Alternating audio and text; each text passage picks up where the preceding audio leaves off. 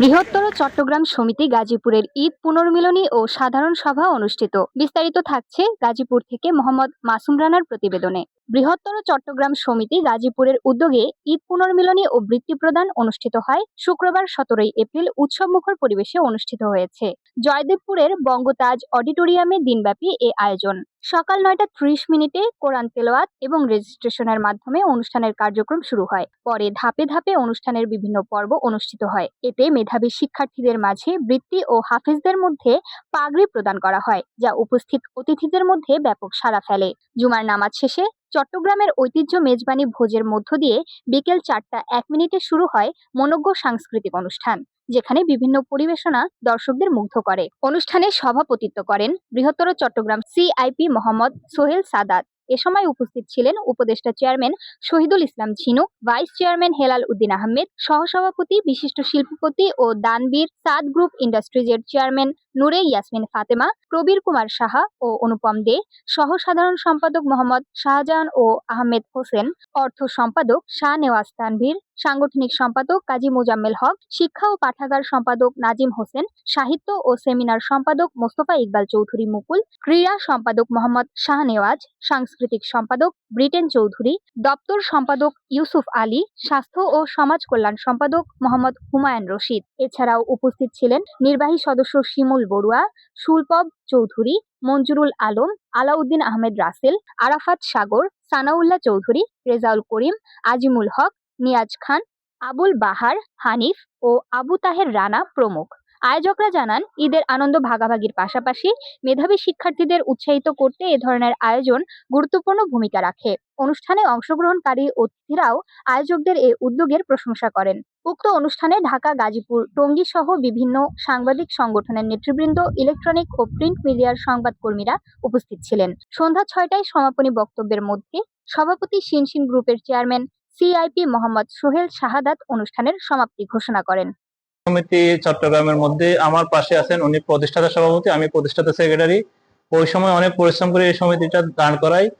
চট্টগ্রামের ব্যবসায়ী, শিক্ষা, এখানে চাকরিজীবী এবং যে সমস্ত প্রতিষ্ঠান আছে সবাই মিলেমিশে যাতে আমরা চট্টগ্রামের ইতিহাস ঐতিহ্যকে তুলে ধরতে পারি। এই ধরনের অনুষ্ঠান আমরা বছরে 2-1টা করে থাকি, তার মধ্যে এটা একটা অনুষ্ঠান, ঈদ পুনর্মিলনী। নিয়ে যেতে পারি একে অপরকে সহযোগিতা করে। যেমন আমি টেক্সটাইল, আমাকে সহযোগিতা করতে পারবেন আমার ভাই, তারপরে আবার উনি সহযোগিতা করতে পারবেন যারা গাইস কেমিক্যাল বিক্রি করতেছে, যারা ওয়াশিং এ আছে।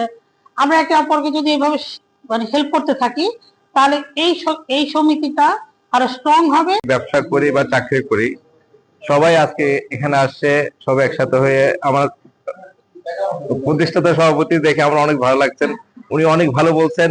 উনি আসলে ওনার মধ্যেই এই স্বপ্নটুকু ছিল যে কি করবেন, এই প্ল্যানিং। তো বর্তমান সভাপতি এই প্ল্যানিংটা বাস্তবায়ন করবেন। আমি এখানে আসতে পারি, খুবই ভালো লাগতেছে এবং আমি এই সমিতির উত্তর দীর্ঘায়ু কামনা করি। এর সাথে আমাদেরও কিছুটা অবদান আছে। তো আমরা আশা করবো যারা এখন আছেন এবং ভবিষ্যৎ নেতৃত্বে আসবেন, তারা যেন সবাই একসাথে মিলেমিশে বৃহত্তর চট্টগ্রামের ঐতিহ্য যেন ধরে রাখতে পারে। এটা একটা সামাজিক প্রতিষ্ঠান। সামাজিক প্রতিষ্ঠান হইলে এখানে সামাজিক কার্যকলাপটা খুবই গুরুত্বপূর্ণ। যেমন সামাজিক অ্যাক্টিভিটিস, স্কলারশিপ প্রোগ্রাম হতে পারে, বাচ্চাদের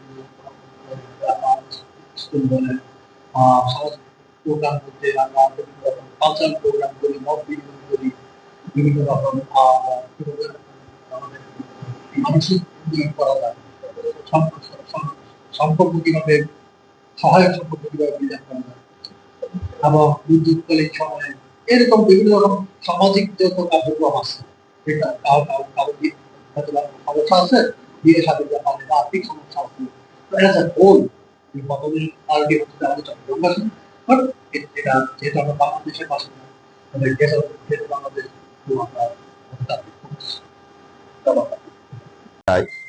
উদারতা, গভীরতা, ভালোবাসা প্রত্যেকটা ঐতিহ্য চট্টগ্রাম রক্ষা করে। মেজবান শব্দটা আজকে বাংলাদেশে বহুল প্রচলিত, কিন্তু চট্টগ্রামের লোকজন মেহমানকে খাওয়াই এই মেজবানকে সিদ্ধ করেছে বিদায় আজকে সবাই এটা পছন্দ করে।